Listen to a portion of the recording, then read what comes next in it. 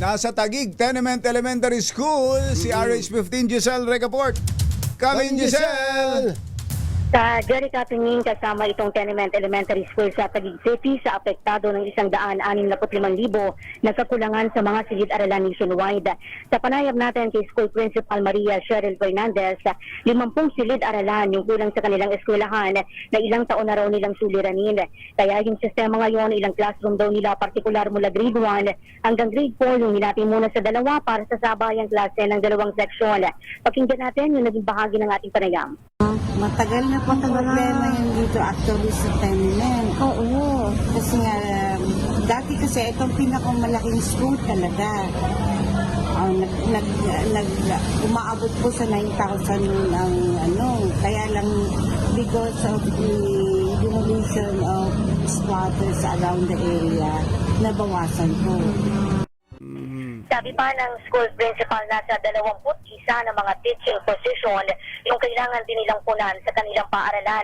Bilang pangalawaan niya sa pinakamalaking elementary school, may 7,000 na pinakapag-enroll sa Tenement Elementary School at inaasahan na papalo pa yan ng 8,000 ngayong school year 2025-2026. Ang teacher substitution naman daw sa kanila. Ang ganda ng eskwelahan na yan, ano? Ang ganda. Pagka, ayan, yung pinapakita mo, parang hindi eskwelahan parang kondo. Parang sogo, Maganda. Yung kulay. Parang sogo. Parang sogo daw, parang sogo. Kulay pula. Oo.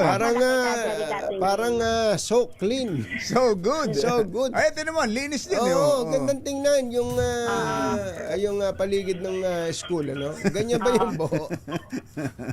Correct, Jerry, kasi hindi mo rin naakalain na kulang pala sila sa mga classroom. Pati yung daw nila, ang sabi ng school principal, yung teacher-student ratio sa kanila, 1:30 sa grade 1 o grade 3 habang 1:40 naman para doon sa grade 5 at grade 6 dahil hindi daw hinahati yung kanilang mga classroom. Kaya naman nagpapatupad. Hindi ba okay lang yun? Hindi ba okay pa yun, Giselle? Yung 1:30, 1:40? Yung correct, Katunying, yung 1:30, parang iyan yung standard. So kapag lumagpas na dyan, yun yung yung medyo may problema na tayo. Siguro yung mga nasa 1:40, ayan, yung 1:30 standard pa yan.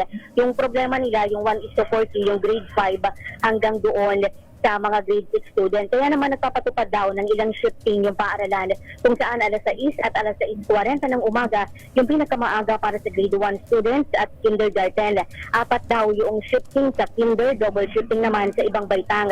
Sa usapin ng water supply, wala naman daw problema yan sa kanilang eskwelahan at naging smooth din yung naging pagbubukas ng pasukan.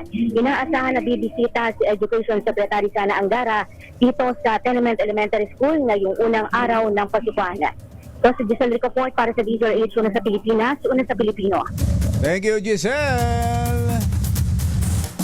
Pangunahing balita sa showbiz. Gandang dilag. Yeehaw! Puso. Uy, si Ella Tapalya, birthday pala kung Bachero. Happy birthday, Ate Ella. Happy birthday, Ella. At si Neil Badjon. Badjoni. By John. Ngayon. Happy birthday, Neil Badjon. Nanguhula na. Ito si Den Macarana, sinuhulaan na kung sino. Meron daw siyang kilala, nagbenta ng Rolex sa isang reseller, nabili ng 250,000. Oo, actor din, komedyante din. Talaga? Oo. Admiral Adeluis Bordado, Ayan. magandang morning. George Maray na aga. Marami siyang Lucero ng Immigration, magandang morning. Marami siyang binanggit dito na may kinalaman sa mga father, kumbachero. Ganon. Meron daw bagsik. Bagong alyansa ng mga ginoong sinasaktan at inaapi ng kabiyak. Puksa. Nako. Pambansang unyo ng mga kalalakihang sunod-sunuran sa asawa. Sumpa. Nako. Marami ng grupo. Sumasamang sama-samang unyo ng mga masunurin at pasensyosong asawa. Ito uhaw, dati ko nang narinig to. Uhaw. Union of Husbands Afraid of Wife. USAPE. Alam mo ba yon? Ano? Under sa asawa forever and ever. Yung Pogi. Ano? Pambansang organisasyon ng mga gwapong ina-under. At yung RAM, right away, madam. Right away, madam. Thank you, Admiral Adeluis Bordado.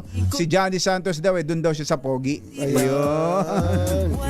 Sino ba itong actor-comedian na lulong sa sugal?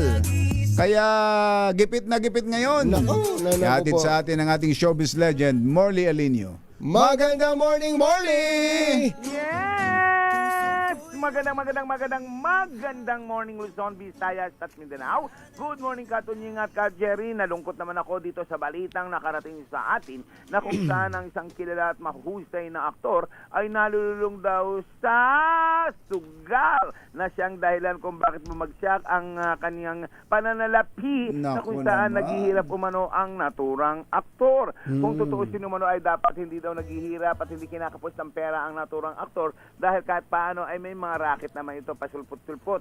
Pero sa nangyayari daw ay talaga naman daw ay nag-i-cause ngayon ang nasabing aktor dahil na rin sa kanyang kapabayaan o dahil na rin sa kanyang pagkalulong sa pagsusugal. Well, hindi lang mga kagamitan ang naibebenta na rin daw ng naturang aktor, maging yung mga... Ganon? Pati mga ari-arian, Nako. mga ganon daw ang nangyayari. Nako. Oo, talagang Kawawa naman, ano? tumisira Pagsugal talaga. talaga. Sugal, Oo, sugal talaga, no? Ang naturang Sino ba yan? Clue!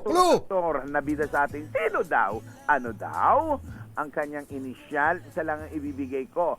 Una sa alpabetong Pinoy, ang kanyang A. name to. Ayan. Yan ang ating DZRH Ganon. of Status News. Ako A. po ang inyong RH47. A. Morley An. Alinio para sa An. DZRH. Una sa An. Pilipinas, una sa Balikas. Inuulan.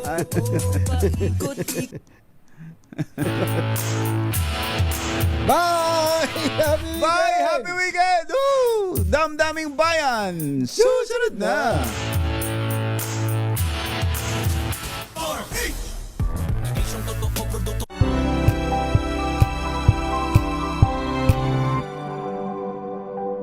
Wow, ang saya. Isang barangay na labada, puro mancha pa. Goodbye, pahinga. Mommy, isang laba lang yan sa Pride Bar Blue.